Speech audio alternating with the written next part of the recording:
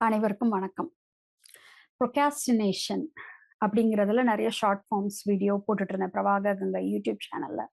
So நீங்க YouTube channel வந்து subscribe பண்ணலைன்னா சப்ஸ்கிரைப் பண்ணிக்கோங்க. It will mean a lot to me to support this kind of work. So ப்ரொகாஸ்டினேஷனை தவிர்ப்பதற்கு 6 வழிமுறைகள், அதை ஓவர் கம் பண்றதுக்கு என்னென்ன மெத்தட்ஸ் இருக்கு அப்படிங்கிற மாதிரி நம்ம வந்து ஒரு ப்ராப்ளம் அப்படின்னா உடனே சொல்யூஷனுக்கு போறது தான் ரொம்ப வந்து ஒரு இன்டெலிஜென்ட்டான விஷயம்னு தான் நம்ம நினைச்சிட்டு இருக்கோம். ஆக்சுவலா உண்மையில அது கிடையவே கிடையாது. ப்ராப்ளத்துக்கெல்லாம் உடனே சொல்யூஷன் சொல்யூஷன் அப்படின்னு ப்ராப்ளத்தை சால்வ் பண்ண உடனே குதிக்கிறோம் அப்படின்னாலே என்ன அர்த்தம்னா, அது ப்ராப்ளம்னு நம்ம ஏத்துக்கிட்டோம்னு அர்த்தம். அது ப்ராப்ளம்னு நம்ம ஒத்துக்கிட்டோம்னு அர்த்தம். அப்போ வந்து நம்மளுக்கு அந்த ப்ராப்ளம் சால்விங் மைண்ட் செட்லயே தான் இருப்போம். ஆக்சுவலா ப்ராப்ளம் நம்ம நினைக்கிறது உண்மையிலே ப்ராப்ளமா?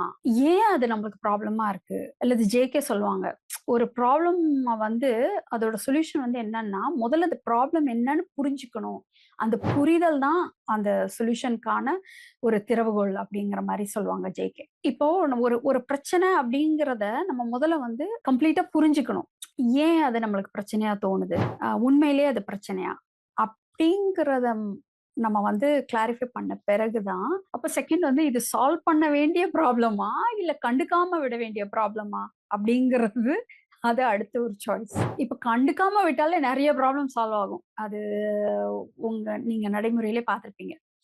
ஸோ அட்ரஸ் பண்ணாம, கண்டுக்காம விடக்கூடிய ஒரு பிரச்சனைகள்ல ஒண்ணு. அதாவது அப்படி கண்டுக்காம விட்டா தானா சரியாயிடக்கூடிய ஒரு விஷயமா? அப்படின்னு பார்த்தோம்னா, இப்ப குழந்தை அழுகுது. ஆ சரி, சரி ஒண்ணும் இல்லடா, ஒண்ணும் இல்லடா வாடா அப்படின்னு சொல்லிட்டு நம்ம கொஞ்ச நேரம் ஒண்ணுமே பண்ண மாட்டோம். அது அழுகுறதுக்கு இடம் குடுப்போம். அப்போ தானா பாசிஃபை ஆயிட்டு அது பாட்டுக்கு அடுத்து கீழ இறங்கி ஒண்ண எடுத்துட்டு விளையாட போயிடும் இல்லையா? ஸோ அந்த மாதிரி பிரச்சனைகள் வந்து நம்ம உட்கார்ந்து ரூம் போட்டு யோசிச்சு சால்வ் பண்ணவே தேவைப்படாத பிரச்சனைகள்லாம் நம்ம உட்கார்ந்து நேரம் செலவு பண்ணிட்டு இருக்கோமா? முதல்ல பிரச்சனைன்னா என்னன்னு புரிஞ்சுக்கணும். அடுத்து அத சால்வ் பண்ணா தான் அது தீருமா? இல்ல சும்மா அப்படியே விட்டா சரியாயிடுமா? அப்படிங்கிறத பார்க்கணும். அதுக்கு அடுத்து தான் ஓகே இல்ல இத வந்து நம்ம ஏதாவது ஒண்ணு பண்ணி தான் இத வந்து சால்வ் பண்ணணும். அப்படிங்கிற பிரச்சனைன்னு ஐடென்டிஃபை பண்ணோம்னா, அத சால்வ் பண்ணக்கூடிய முதல் ஸ்டெப் வந்து என்னன்னா, நம்ம வந்து அத கான்ஃபிரண்ட் பண்ணணும். கான்ஃபிரண்ட் பண்றதுன்னா எதிர்கொள்ளணும். ஸோ என்ன பிரச்சனை? எங்க பிரச்சனைன்னு புரிஞ்சுக்கணும். அதுக்கப்புறம் அத தீர்க்கணும் அப்படிங்கும்பொழுது, நம்ம முதல்ல ஆமா பிரச்சனை இருக்கு அப்படின்றத ஏத்துக்கணும். இப்போ நெறைய பேரு பார்த்தோம்னா, டிப்ரஷன்ல இருக்கும்போதோ, இதுல இருக்கும்போதோ, லைக் ரொம்ப நாள் ஸ்டக் ஆன மாதிரி இருக்கும். ஏன்னா, டினையல் அப்படின்னு சொல்லுவோம். அதாவது ஒரு பிரச்சனை இருக்கு. The elephant is in the room அப்படிம்பாங்க. ஆனா யாருமே அத அட்ரஸ் பண்ண மாட்டாங்க. ஒரு பிரச்சனை இருக்கும். ஆனா அதை எதிர்கொள்றதுக்கு யாருமே ரெடியா இல்ல. அப்படிங்கும்பொழுது அதுக்கப்புறம் தானே அத சால்வ் பண்றதெல்லாம் வருது. ஸோ நம்ம வந்து இங்க டிஸ்கஸ் பண்றது எல்லாமே, ஓகே இதுக்கு 5 வழிமுறைகள், இதுக்கு 6 வழிமுறைகள் அப்படின்னு வரிசையா சொல்லிட்டு, அது எத்தன தான் ஒரு மனுஷன் ஞாபகம் வச்சுக்க முடியும்? ஸோ நம்மளுக்கு வந்து இங்க நம்ம டிஸ்கஸ் பண்றது எல்லாமே மீன் பிடிச்சு குடுக்குறது இல்ல. மீன் பிடிக்க கத்துக் குடுக்குறோம்.